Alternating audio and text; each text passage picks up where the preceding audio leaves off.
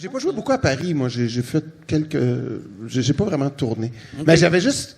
Non, je devrais pas compter ça, mais je vais le compter. C'est parce que Fabien Cloutier, qui est un acteur humoriste au Québec, il faisait un spectacle, puis il y avait une chaise... C'est pas drôle du tout, mais il y avait une chaise roulante dans l'allée, puis c'était très en pente. Je crois que c'était... Je me rappelle pas c'était où. Ah, et ça avait mal barré, ouais. Et là, la personne glissait. Ah non, elle n'a pas glissé, elle est partie à toute vitesse. Oh! Jusque dans la scène. Puis il y a le mot grièvement blessé. Puis il trouvait que ça affectait l'ambiance du spectacle. Ah ouais. C'est arrivé à Fabien.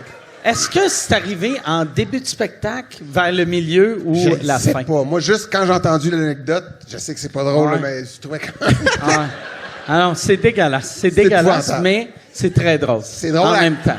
Quand on n'est pas là, puis on n'est pas la personne, c'est drôle. quand on n'est pas la personne, c'est très drôle. Ouais, effectivement. Ouais. Non, mais c'est vrai que ça doit être difficile d'accès pour les personnes à mobilité réduite, c'est salles-là. Ouais. Ah bah moi, je m'engage si une personne à mobilité réduite veut me voir au point virgule, je le porterai. D'accord. Okay.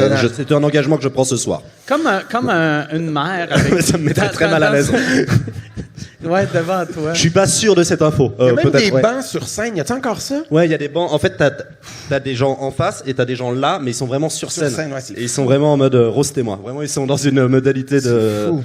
En fait, on les voit sur scène, quoi. Mais moi, j'aime bien les salles où t'as deux adresses que tu peux faire différentes. Tu trouves pas ça intimidant qu'ils soient sur scène? Moi, j'aime bien pouvoir commencer une blague là, puis la finir là. J'aime bien le côté. Ok.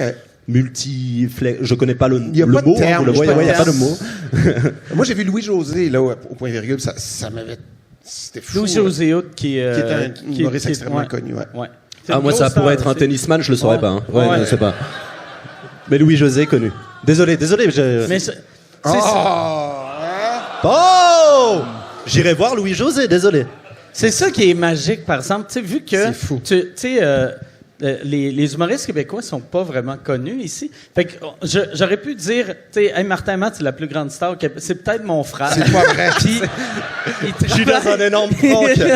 Je fais pas ça du tout comme métier. Il est serveur. Bon. Mais moi, je sais même pas c'est où qu'on s'en allait. On s'en allait nulle part. On parlait des gens sur scène au point virgule. Ouais. Non, mais je me rappelle, Louis-José, il y avait des gens qui avaient déposé des sacs parce qu'ils avaient fait leur shopping. Et là, Louis-José a fait « Ah, du shopping! » Puis on fait « Ouais. » Et là, il était comme à un pied du sac. Et c'était... Parce qu'il est habitué de faire des plus grandes salles, je crois, que 80 places. Donc, mais c'est vrai, c'est fou, ça. Quand t'arrives... Moi, mon premier show, c'était à Nantes. C'était une salle de 100. J'avais fini ma tournée qui s'appelait « Condamné à l'excellence » au Centre Bell, devant 10 000 personnes. Ah ouais?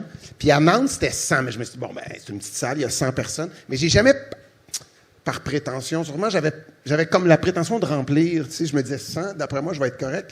Puis juste avant de monter, j'ai tassé le rideau, puis c'était la moitié. Il y avait 42 personnes. Là, il y avait François Havard puis mon gérant qui ont regardé et m'ont fait « Oh, on va aller dans la salle, ça va faire plus de monde! » puis de la loge à la salle, il fallait que je monte sur un escabeau pour passer par une fenêtre. Donc, c'était... ça te ramène à la base. C'est pour ça que je suis retourné au Québec, finalement.